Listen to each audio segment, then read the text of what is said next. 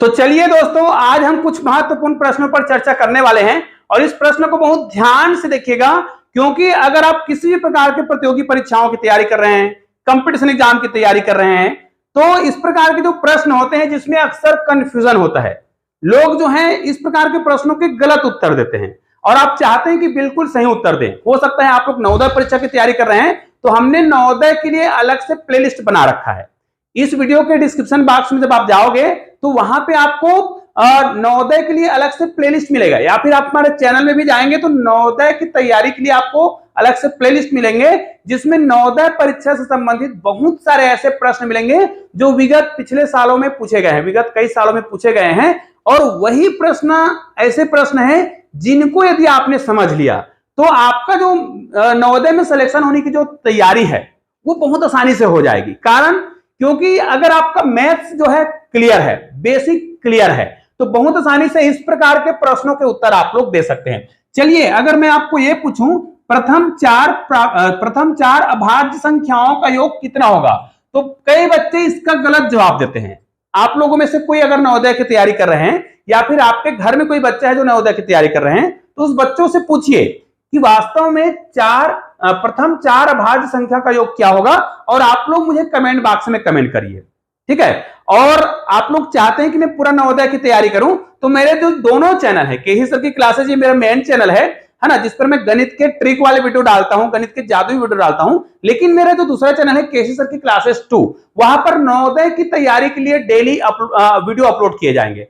एक और महत्वपूर्ण चीज मैं कर रहा हूं, चूंकि ये ऑल इंडिया लेवल का है, कोई भी व्यक्ति कहीं से भी देख रहा हो उसको नवोदय की तैयारी करना है, तो उसके लिए मैंने एक व्हाट्सएप ग्रुप बनाया है। और उस व्हाट्सएप ग्रुप में जैसे मैं डेली प्रश्न पूछूंगा, और उस प्रश्न पूछूंगा उसको आपको कहीं हल नहीं करना है, कॉपी पेन की आवश्यकता नहीं पड़ेगा, वो एक प्रकार का पोल होगा, है ना। व्हाट्सएप में मैं आपको प्रश्न पूछूंगा, 4 ऑप्शन दूंगा, उनमें से कोई एक ऑप्शन को आपको क्लिक बस करना है। और देखिए, आप व्हाट्सएप ग्रुप में मात्र जुड़ेंगे और उस ग्रुप के माध्यम से आपका तैयारी बहुत आसानी से हो जाएगा।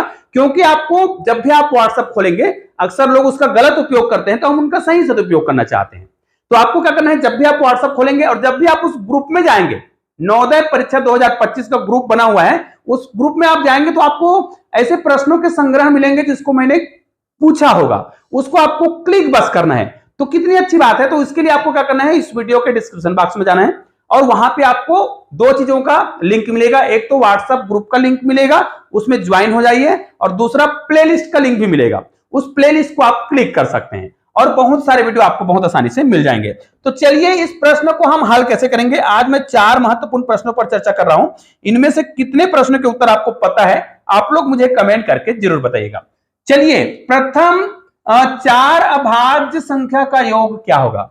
अब कई बच्चे जो है अभाज्य संख्या में ही कंफ्यूज रहते हैं।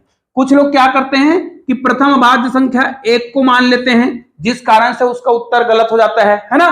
तो आपको क्या करना है, प्रथम अभाज्य संख्या की बात करें, प्रथम, है ना, तो हमें याद रखना है कि हमारा सबसे छोटी अभाज्य संख्या, परीक्षा में भी अक्सर पूछ दिया जाता है कि सबसे छोटी अभाज्य संख्या क्या है ना, या फिर प्रथम अभाज्य संख्या क्या है। तो सबसे छोटी अभाज्य संख्या 2 होता है, ठीक है। 1 अंकों की बात करें या फिर सबसे छोटी अभाज्य संख्या बोलेंगे तब भी, तो ये क्या होता है, 2 होता है।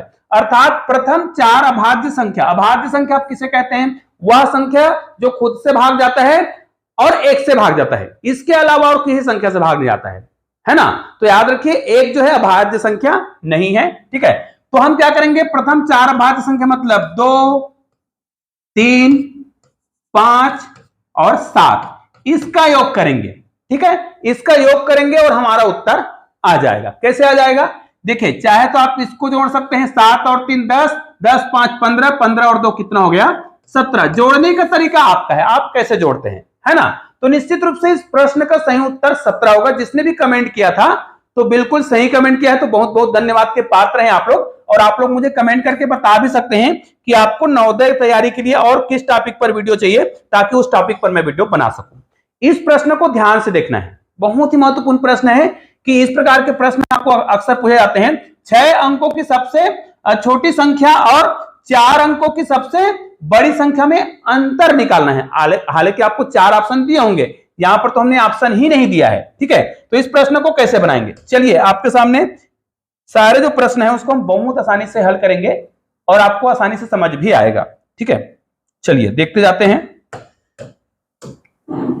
6 अंकों की सबसे छोटी संख्या क्या होगा? तो याद रखिए 1 लिख लेंगे। उसके बाद चूंकि 6 अंकों का है तो आपको क्या करना है, टोटल 6 अंक करना है। तो एक तो एक खुद हो गया, फिर 2 3 4 5 और 6, 0 लगा देंगे। अब इसको गिन कर देख लीजिए, 1 2 3 4 5 और 6 अंकों की सबसे क्या हो गया, छोटी संख्या। अब 4 अंकों की सबसे बड़ी संख्या निकालना है। अब 4 अंकों की सबसे बड़ी संख्या, जितने भी अंकों की बड़ी संख्या बोला जाता है तो 9 को उतने बार लिखना होता है। तो 4 अंकों का बोल रहा है तो आपको क्या करना है, 4 बार लिख देना है, 9 को माइनस करना है। अब यहां पर आपको अगर इसको डायरेक्ट हल करने आता है हासिल लेकर के तो कर सकते हैं, है ना, डायरेक्ट उत्तर आ जाएगा। लेकिन मैं आपको एक ट्रिक बता देता हूं, क्योंकि ट्रिक बहुत ही महत्वपूर्ण होते हैं। ट्रिक क्या है, इसमें भी यदि हम 1 माइनस कर दें, इसमें भी 1 माइनस कर दें तो इसके मान में कुछ परिवर्तन नहीं होता है। परिवर्तन का मतलब घटाव के मान में कोई परिवर्तन नहीं होगा, है ना। तो पहले हम एक एक दोनों में माइनस कर दें।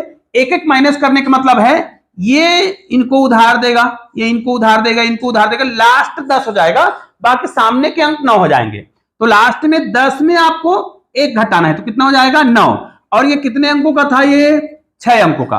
अर्थात आपको क्या कर देना है, 5 बार आपको इस प्रकार 9 लिख देना है। अर्थात यहां पर देखिए इकाई, दहाई, सैकड़ा, हजार, 10,000।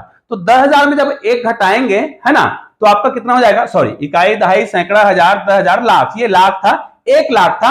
1 लाख में आप 1 घटाएंगे तो कितना जाएगा, इकाई, दहाई, सैकड़ा, हजार, 10,000, 99,999। ठीक है, अब नीचे में भी 1 घटाना है तो 4 बार 9 था तो भाई आपको 4 बार ही लिखना है। ठीक है, लेकिन लास्ट में देखिए 9 है और 1 घटा रहे हैं, 8 आ जाएगा। अब इसको माइनस कर देना है। अब निश्चित रूप से जब आप इसको माइनस करेंगे तो आपका उत्तर बहुत आसानी से आ जाएगा। देखिए आपके सामने एक एक चीज को हल कर रहे हैं, कहीं पर भी आपको गड़बड़ी नहीं होगा। 9 में 8 घटा दीजिए यहां पर तो 1 आ जाएगा। फिर 9 में 9 घटाइए भैया 0, 9 में 9 घटाइए 0, 9 में 9 घटाइए 0 और 9 हो गया आपका आंसर। कितना सरल है ना। चाहे तो डायरेक्ट आप घटाते तब भी वही होता। क्यों? क्योंकि ये इनको उधार देगा तो यहां पर 10 हो जाएगा, फिर ये इनको उधार देगा तो ये 9 हो जाएगा, ये 10 हो जाएगा, ये इनको एक उधार देगा तो ये 9 हो जाएगा, ये 10 हो जाएगा। ऐसे करते करते लास्ट वाला 10 होगा, बाकी सब क्या हो जाएगा, 9 हो जाएगा। फिर यहां पर देखिए 10 है, 10 में आपको क्या करना है, 9 घटाना है तो आपका 1 ही आएगा। फिर ये क्या है, 9 है, 9 घटा दो, 9 है, 9 घटा दो, 9 है, 9 घटा दो, यहां पर 9 बचा हुआ है, ये लो। दोनों आंसर में कोई अंतर नहीं है। ठीक है, अगले प्रश्न पर चलते हैं। इस प्रश्न को ध्यान से देखिए। इस प्रकार के प्रश्न मैं केवल और केवल इसलिए पूछ रहा हूं, यदि आपको नवोदय की तैयारी करना है या किसी प्रतियोगी परीक्षा की तैयारी करना है तो प्राकृत संख्या और अभाज्य संख्या को जानना बहुत जरूरी है। यदि आप प्राकृत संख्या या फिर अभाज्य संख्या को नहीं जानते, है ना, तो क्या होगा, आप लोग इस प्रकार के प्रश्नों को नहीं बना पाएंगे। मैं जानता हूं कि आप सब लोग जो है इसको जानते हैं, कोई दिक्कत नहीं है। आपके घर में कोई बच्चा है जो नवोदय की तैयारी कर रहा है, उनके लिए ये वीडियो है। सैनिक की स्कूल का तैयारी कर सकता है वो, और बहुत सारे प्रतियोगी परीक्षाओं की तैयारी कर रहा होगा, उन सबके लिए वीडियो है। ठीक है, प्रथम 4 यहां पर प्राकृत संख्या लिखा है। अब प्राकृत संख्या क्या है, आपको कोई बोलेगा चलो भाई गिनती कहां से आप स्टार्ट करते हो, चलो गिनती बोलो, चलो आप लोग गिनती बोलो। तो गिनती क्या करेंगे, 1 2 3 4 5 6 7 8 9, यही से चालू करेंगे ना।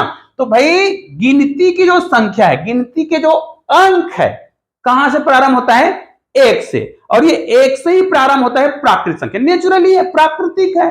1 2 3 4 5 6 7 8 9, 9 के बाद हमें 10 की आवश्यकता पड़ी, और 10 के लिए देखें 1 से स्टार्ट होगा, 1 2 3 और ये जाएगा, ये प्राकृत संख्या है। लेकिन इसी प्राकृत संख्या में हम क्या कर दें, यदि शून्य को शामिल कर दें, मतलब शून्य से 1 2 3 4, तब ये क्या हो जाएगा, ध्यान दीजिएगा, मैं आपको जो चीज बता रहा हूं उसको ध्यान सुनना है। हमें प्राकृत संख्या पूछा गया है तो हम 1 2 3 4 से ही स्टार्ट करेंगे प्राकृत संख्या। लेकिन अगर हम उसको शून्य से स्टार्ट करते हैं तो वो क्या हो जाता है, वो पूर्ण संख्या हो जाता है। और हमें पूछा गया है प्राकृत संख्या। यदि कभी पूर्ण संख्या, है ना, के बारे में पूछ दे तो आपको याद रखना है पूर्ण संख्या क्या है, शून्य से स्टार्ट होता है, और हमें पूछा गया है प्राकृत संख्या। तो इतना तो समझ आ गया होगा कि प्राकृत संख्या, वो भी प्रथम 4 प्राकृत संख्या। तो प्रथम में 1 आएगा, 2 आएगा, 3 आएगा और 4। अब इसको आपको जोड़ना है, 4 और 3 7, 7 और 2 9, 9 और 1 कितना हो गया, 10। अर्थात यदि हम प्रथम 4 प्राकृत संख्याओं का योग निकालें तो इसका उत्तर कितना होगा, 10 होगा, जो कि बहुत ही सरल है। निश्चित रूप से आपको बहुत आसानी से समझ आ रहा होगा। अब देखिए ये वाला जो प्रश्न है ना, ये पिछले साल नवोदय परीक्षा में पूछा गया है और ये प्रश्न को आपको बहुत ध्यान से बनाना होता है। ध्यान से देखिएगा, मैं आपको बहुत सरल तरीके से इसको बताने वाला हूं, ध्यान से देखिएगा। इस प्रकार के प्रश्नों को आप कैसे बना सकते हैं, देखिए, ठीक है। इसमें पूछा गया है एक विद्यालय में 3/5 भाग बच्चे हैं, मतलब टोटल संख्या का 3/5 भाग बच्चे हैं, बच्चे लड़के हैं, ठीक है। याद रखिए 3/5 बच्चे नहीं, 3/5 लिखा है, मतलब उस पूरे संख्या का 3/5वां हिस्सा जो है लड़कों की है, ठीक है। प्रश्न में हो सकता है थोड़ा सा यहां पर प्रिंट मिस्टेक हो, क्योंकि पुस्तक में भी इस प्रकार का दिया होता है, तो मैंने उसको ऐसे लिखा, लेकिन यहां पर देखिए उस विद्यालय में कुल बच्चों का 3/5वां भाग क्या है, लड़के हैं, तथा लड़कियों की संख्या कितना है, 800 है। तो आपको लड़कों की संख्या ही बताना है, लड़कों की संख्या ही बताना है। तो चलिए इस प्रश्न को हम कैसे बनाएंगे, ध्यान दीजिएगा। हम क्या माना कि कुल संख्या, माना कुल संख्या कितना है, मान ले जाए x है, और इसी x का 3/5 भाग क्या है, लड़के हैं। तो यहां पर हम क्या करते हैं, इसी का यदि हम 3/5वां भाग करें, है ना, इसी का हम क्या कर रहे हैं, 3/5वां भाग, ठीक है। तो x का ही 3/5 भाग, है ना, ये क्या है, ये लड़के हैं। अब याद रखना है कि हमें क्या करना है, इसी का मान निकालना है। अब अगर आपने ध्यान दिया होगा तो आपको एक चीज और समझ आ रहा होगा कि कुल जो संख्या है x है, अगर हम 3x/5 अर्थात लड़कों की संख्या तो ये है और लड़कियों की संख्या 800 है, तो 800 में यदि आप 3x/5 इनको अगर जोड़ दे तो कुल संख्या प्राप्त होगा। मतलब यदि हम लड़कों की संख्या को 3/5 x, है ना, मतलब x का 3/5वां भाग लड़के हैं, प्लस यदि उसमें हम लड़कियों की संख्या मतलब 800 को जोड़ दें तो हमें कुल संख्या प्राप्त होगा, और कुल संख्या हमने माना है x। इतना समझ आ गया। इसका बटा कुछ नहीं, मतलब तो 1 मान सकते हैं। इसको जब आप हल करेंगे तो यहां पर तो 5 हो जाएगा, और यहां पर 3x है, प्लस 8 है, और इसका बटे में 1 है। इसको जोड़ते कैसे हैं, 1 का गुना कितना बार करने से 5 आएगा, तो 5, तो उस 5 का गुना उसके अंश के साथ करेंगे, तो यहां पर 8 तो है, 5 से गुना करेंगे, 8 पंच कितना हो जाएगा, 40, मतलब 4000 बराबर हो गया x। अब क्या करेंगे, इसी को फिर से हम हल करेंगे, थोड़ा सा इधर चले जाते हैं, थोड़ा सा यहां पर कर देते हैं, ठीक है, ये हो गया। चलिए अगला देखते हैं, यहां पर आ जाते हैं, क्या करता है। तो देखिए इसको हम कैसे हल करेंगे, यहां पर तो हमें मिल गया है 3x, प्लस यहां पर हो गया है 4000 बराबर 5 का गुना x से हो जाएगा, ये हो जाएगा 5x, ठीक है। अब इसको आप हल करके देखिए, चूंकि ये चर संख्या है और इधर भी चर है, तो चर वाले को एक साइड ले जाएंगे, तो यहां पर हो जाएगा 4000 बराबर, यहां पर कितना हो जाएगा, 5x में आपको ये 3x को ले आना है और घटा देना है, क्योंकि पक्षांतर करते हैं तो चिन्ह बदल जाता है। अब देखिए 4000 दिया हुआ है, बराबर इसमें हो जाएगा 2x, फिर x का जो वैल्यू निकालेंगे उसमें आपको 4000 में भाग दे देना है 2 का, भाग देंगे कितना जाएगा, 2000। अब देखिए 2000 जो संख्या आया है वो कुल संख्या है, लड़का और लड़कियों के मिला के। अब इसको 2 प्रकार से आप हल कर सकते हैं। ये 2000 आया है, चलो इसको हम डिलीट कर देते हैं। अब हमको पता चल गया है कि कुल संख्या कितना है, 2000 है, जिसमें से x को हमने क्या माना था, कुल संख्या, ये कुल संख्या ही है, और लड़कों की संख्या कितना था, कुल संख्या का 3/5वां भाग, ये माने थे। अब देखिए यदि आपको कुल संख्या पता चल गया है तो इसके 2 तरीकों से आप इसको हल कर सकते हैं। या तो क्या करिएगा, 2000 जो संख्या दिया है उसमें लड़कियों की संख्या को घटा दीजिए, लड़कियों की संख्या 800 है, तो कितना हो जाएगा, 1200 हो जाएगा, मतलब 1200 लड़के होंगे। पहला मेथड ये हो गया। दूसरा मेथड अपना सकते हैं कि टोटल संख्या यदि आपको पता है ना, टोटल संख्या कितना है, 2000 है, कुल लड़के और लड़कियां मिला के, इन्हीं का आपको क्या कर देना है, 3/5वां भाग कर देना है। ये देखिए इस प्रकार कर देना है। अब इसको हल करिए, 5 चौक कितना हो जाएगा, 20, और ये 2 जीरो लगा देंगे, 400 गुणित 3, तो 4 तिया 1200 हो गया, मतलब 1200। तो निश्चित रूप से प्रश्न बहुत आसानी से आप बना सकते हैं। निश्चित रूप से मैंने पहले से कह रखा है, यदि आप नवोदय की तैयारी कर रहे हैं और उसमें सिलेक्शन चाहते हैं, आप चाहते कि बहुत आसानी से उसमें सिलेक्शन हो जाए, तो मैंने व्हाट्सएप ग्रुप भी बना रखा है और नवोदय के बहुत सारे वीडियो के लिए प्लेलिस्ट बना रखा है। इस वीडियो के डिस्क्रिप्शन बॉक्स में दोनों मिल जाएंगे। व्हाट्सएप ग्रुप में भी जुड़िए और प्लेलिस्ट के जो सारे वीडियो उसको जरूर देखिए। यदि आप हमारे चैनल में जुड़े हैं और चैनल को सब्सक्राइब नहीं किए, चैनल को सब्सक्राइब करके बेल आइकन को प्रेस जरूर कर लीजिएगा। चलिए मिलते हैं एक और बेहतरीन वीडियो के साथ, तब तक के लिए जय हिंद, जय भारत।